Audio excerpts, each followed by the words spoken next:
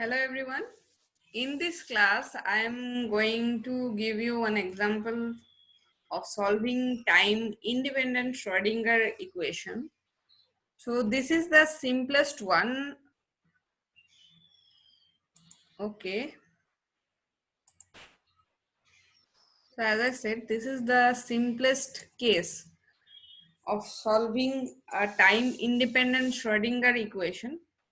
So it is the case of particle in infinitely deep potential well, or a particle in a one-dimensional box. We call it a potential well because the if you look at the picture, it looks something like this. So the particle is inside this 0 to x equal to 0 to x equal to L in one dimension. So it is restricted in this region. The particle cannot go beyond x equal to L here, and it cannot go beyond x equal to 0 on the left hand side, because here we have two walls which are at potential v equal to infinity. So inside 0 to L, so from 0 to L the potential v is 0, and beyond that point, that is for x greater than equal to L and x less than equal to 0, the potential is infinite. So the particle cannot go beyond these walls. So they are two hard walls. So these hard walls, they act as infinitely high potential barriers, and the particle cannot escape the box of length L. So first step is to write down the Schrodinger equation and the boundary condition. So we have to solve the time independent Schrodinger equation using the boundary conditions. So first let us start with the boundary conditions. So where do we get the boundary conditions? Boundary conditions means the conditions of psi or del psi del x at the boundaries. So as I said, the particle cannot escape the box. So there will be no probability of finding the particle outside the box. So psi has to be 0 at the boundaries, because psi is a well-behaved and single-valued continuous function. As I said, there will be no possibility of finding the particle outside the box. So psi star psi, the probability density outside the box will be 0. As a result, psi has to be 0 outside the box. So for x greater than L and x less than 0, psi has to be 0. Now, as any wave function is continuous single valued, as a result, at the boundaries also the wave functions will must be 0.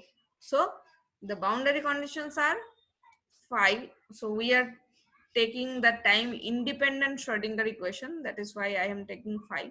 So phi is 0 at x equal to 0 and at x equal to L, because psi is 0 there, and we know that e to the power anything is non-zero. So the time part is non-zero, the space part, which is phi function of x, has to be 0 at x equal to 0 and x equal to L. Now these are the boundary conditions. Now write down the Schrodinger equation. So the Schrodinger equation, the time independent one for one dimension, is given by minus h cut square by 2m d2 phi dx2 plus v into phi equals to e into phi. Now we have to get the solution only in this region. This is between x equal to 0 and x equal to L, because outside of the box we know that the wave function psi is 0, and inside we see that the potential v is 0. So we replace v equal to 0 in this equation, and the equation reduces to minus h cut square by 2m d2 psi dx2 equals to e psi, or d2, sorry, I'm talking psi, it is phi, or d2 phi dx2 plus 2m e by h cut square into phi is 0, or d2 phi dx2 plus k square phi equals to 0, where k square equals to 2m e by h cut square. We have assumed k square is 2m e by h cut square. Look at this equation. You have already solved it. This is the equation of a simple harmonic motion. You have already solved it, and the general solution is given by a e to the power I kx plus b e to the power minus I kx, or a sin kx or a cos kx, or their combination. So we will take for our sake the general solution to be phi equals to a sin kx plus b cos kx, where capital A and capital B are constants. We don't know their value. We are going to find them. Now using the boundary condition, the first one, phi at x equal to 0 is 0. So we get put x equal to 0 on the right hand side and put phi equal to 0 on the left hand side. So what do you get? It reduces to 0 because sine 0 is 0. So b is 0. So phi is only a sine kx. Now use the next one, which is phi at x equal to L is 0. So we get 0 equal to a sine kl. So sine kl has to be 0, or sine kl equals to sine n pi, or kl equal to n pi, where n is any integer starting from 1. Remember the term, n is integer starting from 1. So n cannot be 0, because if small n is 0, we will see that phi n, the wave function, will become 0. Okay, so n is any integer, that is 1, 2, 3, 4, but it is not 0. Remember the fact. So k is given by n pi by L, and phi is given by a sine n pi x by L. Now we have to normalize phi. So normalize phi n. So mod square phi into dx from minus infinity to plus infinity will give you 1, and if you do the integration, you will get the value of a to be root over 2 by L. So this integration is very easy. You can do it on your own, and you have already the notes, so you can do it from here. So we get phi n, that is normalized phi, to be root over 2 by L, where L is the length of the box, sine n pi x by L. So here the problem was, we have a particle of mass m capable of moving along the x-axis only between the limits x equal to 0 and x equal to L. That is, a particle of mass m is trapped inside this one-dimensional box of length L, and its wave function is given by phi n equals to root over 2 by L into sine n pi x by L. Now for the energy values, we already had k square equals to, we had assumed it, k square equals to 2m e by h cut square.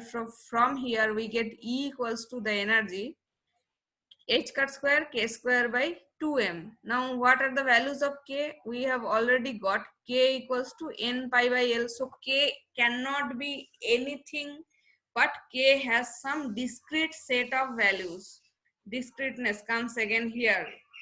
So we see that, look at this formula. Do you remember it? H cut square k square by 2m. This is the energy of a free particle actually. So energy of a free particle is actually continuous thing. But when you trap it inside a boundary, so whenever you restrict the particle from moving anywhere, you give a boundary, energy becomes quantized. How? Because k is quantized. Put the value of k to be n pi by L, and you get n equals to n square pi square h cut square by 2m L square. All the things are constants except n. So n equal to 1 gives you the ground state energy, n equal to 2 gives you the first excited state, n equal to 3 the second excited state, and so on. So the energy becomes quantized when you just put two walls. So the lowest energy is given by E1 equals to n square h square by 8m L square, n equal to 1 gives you h square by 8m L square, and the rest are given as En equals to n square into E1.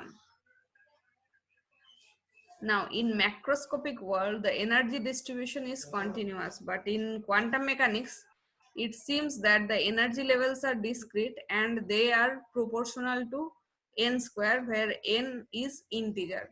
Now here I have drawn the wave functions as well as I have written the energy values, though for n equal to 1.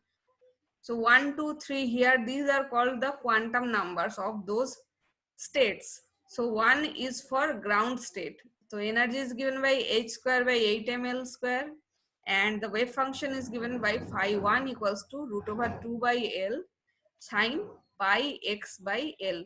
So this is the wave function. This is how the wave function looks like. Look here, it will be obviously a sine function. At x equal to 0, it will be 0. At x equal to L, it will be 0, because sine pi into L by L cancel out, sine pi is 0. At x equal to L by 2, it will be sine pi by 2, which is 1. So this value is root over 2 by L at this position. Similarly, if we go to the second or the first excited state, which has energy 4 into h square by 8 ml square, the wave function is given by root over 2l into sine 2 pi x by L. So at x equal to 0 and x equal to L, it is 0, obviously. At x equal to L by 2, it is also 0, because we get, if you put L by 2 here, you will get sine pi. Sine pi is 0. So this is 0. And in between we have a maxima and a minima. So if you put L by 4 here, you get sine pi by 2, that is plus 1. If you put 3L by 4, you get sine 3 pi by 2, which is minus 1. That is why it is below here. Similarly, if you go on increasing the quantum numbers, we get to the second excited state, that is for n equals to 3. So En becomes 9h square by 8 ml square, and phi n becomes root over 2 by L sine 3 pi x by L. And if you plot it, you will get the expression like this. Now, if you go on increasing L, so the wavelengths of the waves will decrease gradually if you go on increasing the quantum numbers.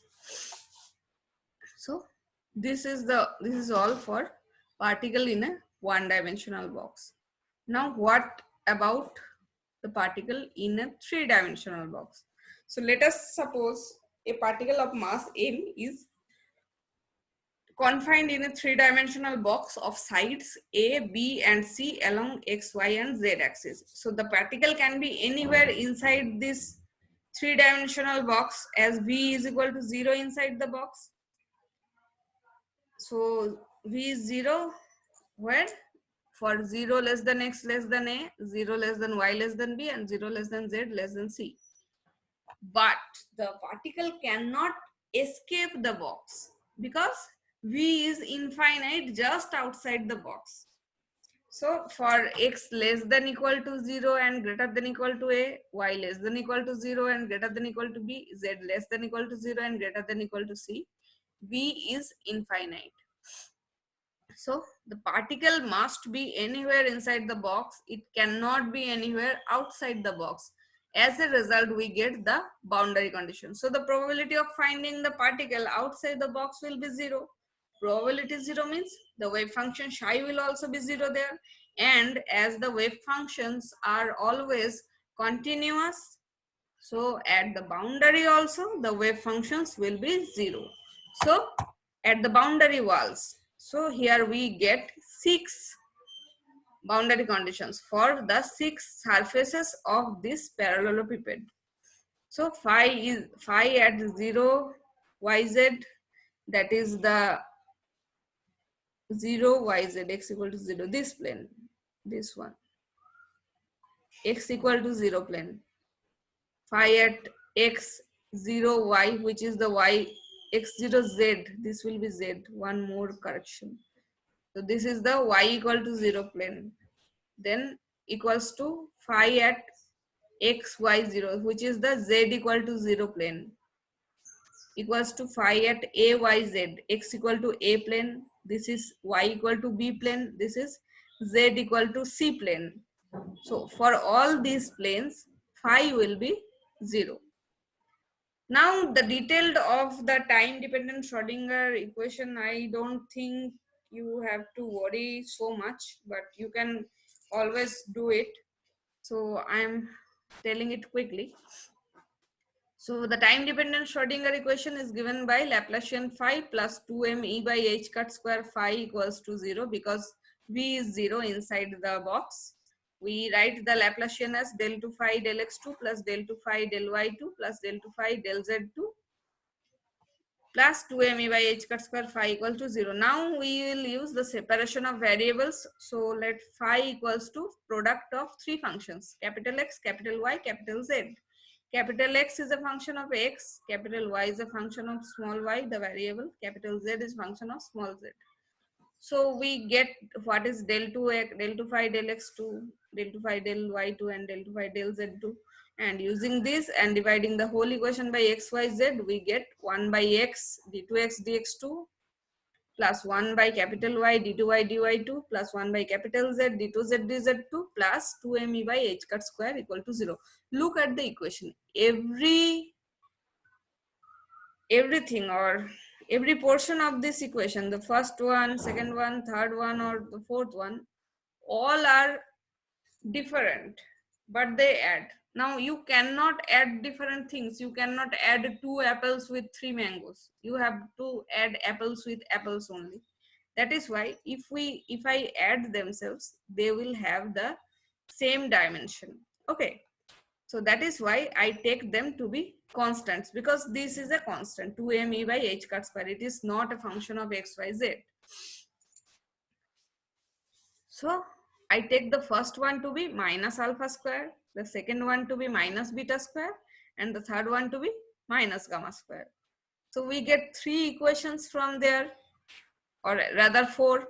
So the fourth one will be, because I have to get 0 on the right hand side, it will be alpha square plus beta square plus gamma square. So from here we get the formula of E equal to h cut square by 2m alpha square plus beta square plus gamma square. And from here we got another 3 equations, d2x dx2 plus alpha square x equal to 0. We got one for y and one for z also. So 3 differential equations, and they are exactly similar equations that we had already got in the one dimensional case. So the result will be also the same or similar. So capital X, the solution of this one is given by A1 sine alpha x plus B1 cos alpha x. Y will be A2 sine beta y plus B2 cos beta y, and Z will be A3 sine gamma z plus B3 cos gamma z. Now A1, A2, A3, B1, B2, B3 are 6 constants, and we have got 6 boundary conditions. So using them, we will get the results of A1, A2, A3 and B1, B2, B3. So using the first ones, so at the 0 planes, we get B1, B2, B3 to be 0. So phi reduces to A into sine alpha x, sine beta y, sine gamma z, where capital A is A1 into A2 into A3. Again, applying the another 3 boundary conditions, we get sine alpha A equals to 0, which is sine nx pi, where nx is 1, 2, 3. Remember, here we will also start nx with 1, not 0, because if you put nx equal to 0, the wave function will collapse. So alpha value is given by nx into pi by a. We have written n suffix x because we have got here 3 equations for x, y, and z. That is why we will get 3 quantum numbers, nx, ny, and nz, corresponding to x, y, and z axis. Similarly, from the other 2 equations, we got the values of alpha, beta, and gamma, and now replace them in the equation of phi. So we write phi suffix, it will be nx, ny, nz actually. So phi suffix nx, ny, nz will be given by a into which was this one, a into sine alpha x, put the value of alpha, which is nx pi by a. So it will be a into sine nx pi x by a, sine nxy pi y by b, sine nz pi z by c. Now to find the value of a, we will use the normalization condition, which is the integration over the whole space of chi square into dv. So dv is given by dx dy dz in 3 dimension, and if you whole space means 0 to a, 0 to b, 0 to c, because for the other spaces, that means for outside the box, the wave function has no value. Phi becomes 0 outside the box. So the integration will be only for inside the box component. So if you do the integration, you will get this one, and you will find the value of a to be 2 root 2 by root over a b c. So finally we get the normalized wave function phi n to be 2 root 2 by root over a by c into sine nx pi x by a, sine ny pi y by b, sine nz pi z by c, where nx, ny, nz are called quantum numbers and they start from 1. So for different sets of quantum numbers nx, ny, nz, we get different states of the different wave functions. Now energy for a particular state nx, ny, nz, so by giving nx, ny, nz in third bracket, we are giving you a state. So energy for a particular state is given by E equals to h cut square by 2m into alpha square plus beta square plus gamma square. It was written already previously, this one. Now put the values of alpha, beta and gamma, this one. So if you put the values of alpha, beta and gamma, you will get E at nx, ny, nz is given by h cut square pi square by 2m, nx square by a square plus ny square by b square plus nz square by c square, or it is equal to h square by 8m into nx square by a square plus ny square by b square plus nz square by c square.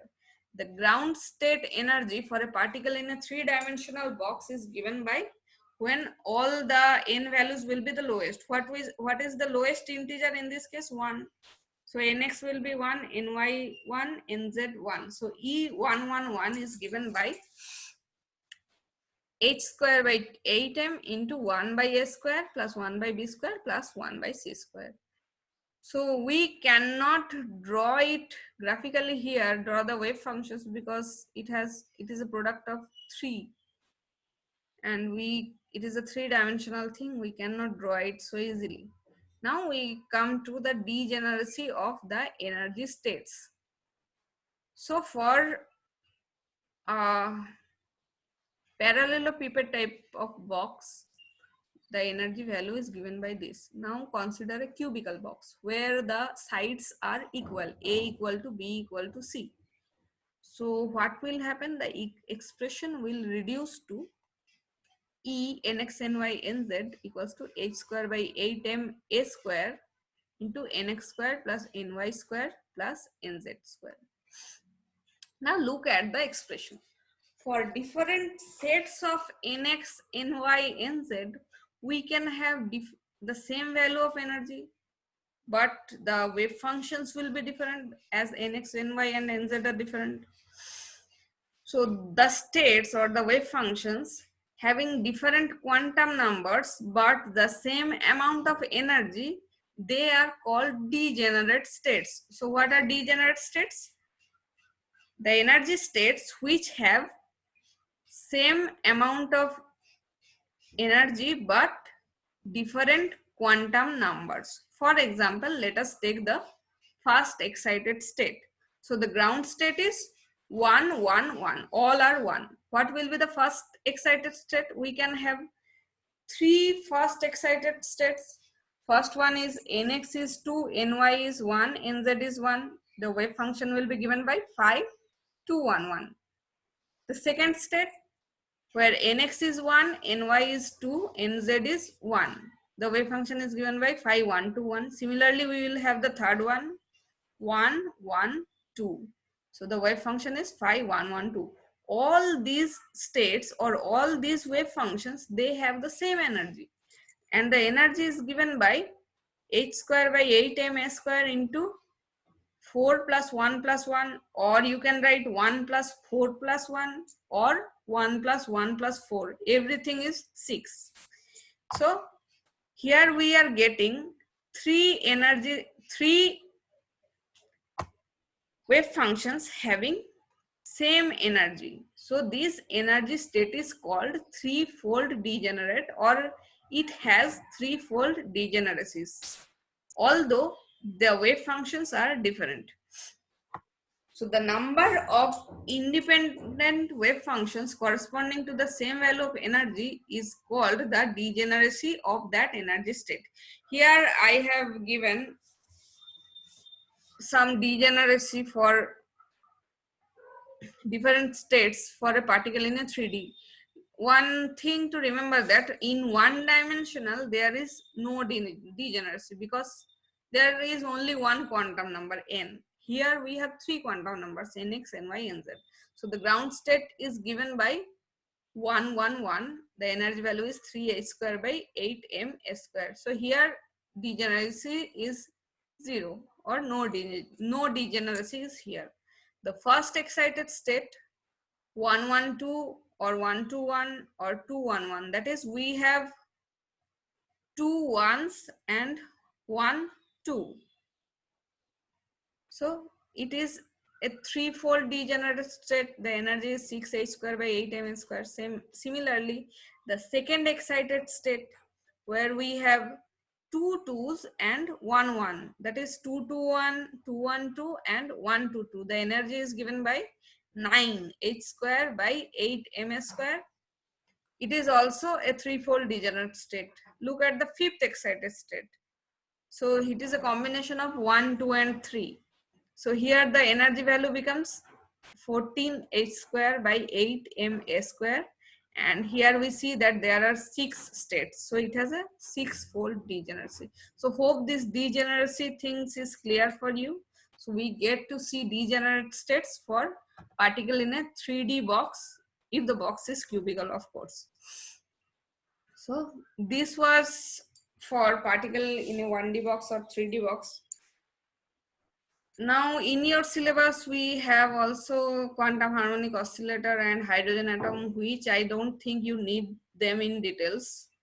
So remember one thing for quantum harmonic oscillator, you can see the derivation from here. I have not also done the derivation in details here, but one thing you have to remember is the final expression for energy and final expression for the wave function, how the wave function looks like. So how do we solve it? Again, we take the Schrodinger equation.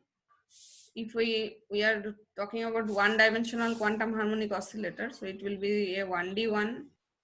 So the potential V here will not be 0. It will be half into kx square, which is the potential of harmonic oscillator. So put the value of V and we are going to solve it somehow. So finally, by doing everything, we get to know that the energy is given by E is equal to n plus half h nu, where n can be 0, 1, 2, 3 or any integer. N equal to 0 gives you the ground state energy, which is also known as the 0 point energy for quantum harmonic oscillator, and for n equal to 0 the energy is half h nu. For this is the main difference between classical harmonic oscillator and quantum harmonic oscillator. In classical harmonic oscillators, the 0 point energy is basically 0, but in quantum harmonic oscillator the 0 point energy is non-zero, it is half h nu. And the wave function is given by, the normalized wave function is this whole term. You can write it as capital N, or the normalization factor, multiplied by h n xi into e to the power minus xi square by 2, where you have to know what is xi. Xi is given by some constant into x. The constant is this one. Okay, root over b, where b is this one. So you just need to know that it is a product of Hermite polynomial and a Gaussian function. This is known as a Gaussian function.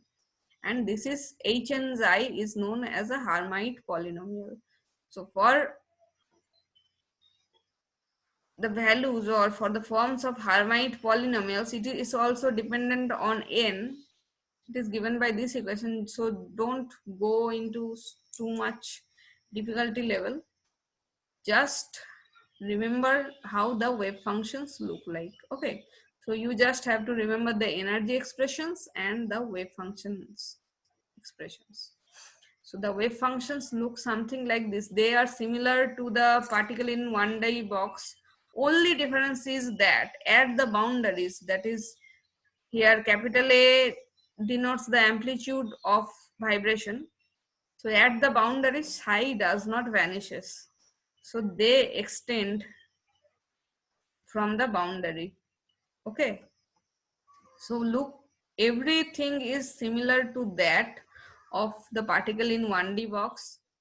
Only thing is that the wave functions does not vanish as the boundaries. It has some non-zero values at the boundaries and it goes to zero beyond the boundaries. Okay, so only these two things you have to remember in case of harmonic oscillator. So that's all for quantum mechanics. If you have any doubt, please ask in the Google Classroom.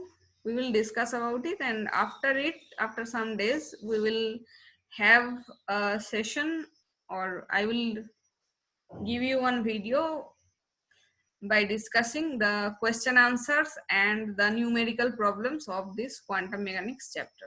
Okay, so till then, study yourself and be safe, stay safe.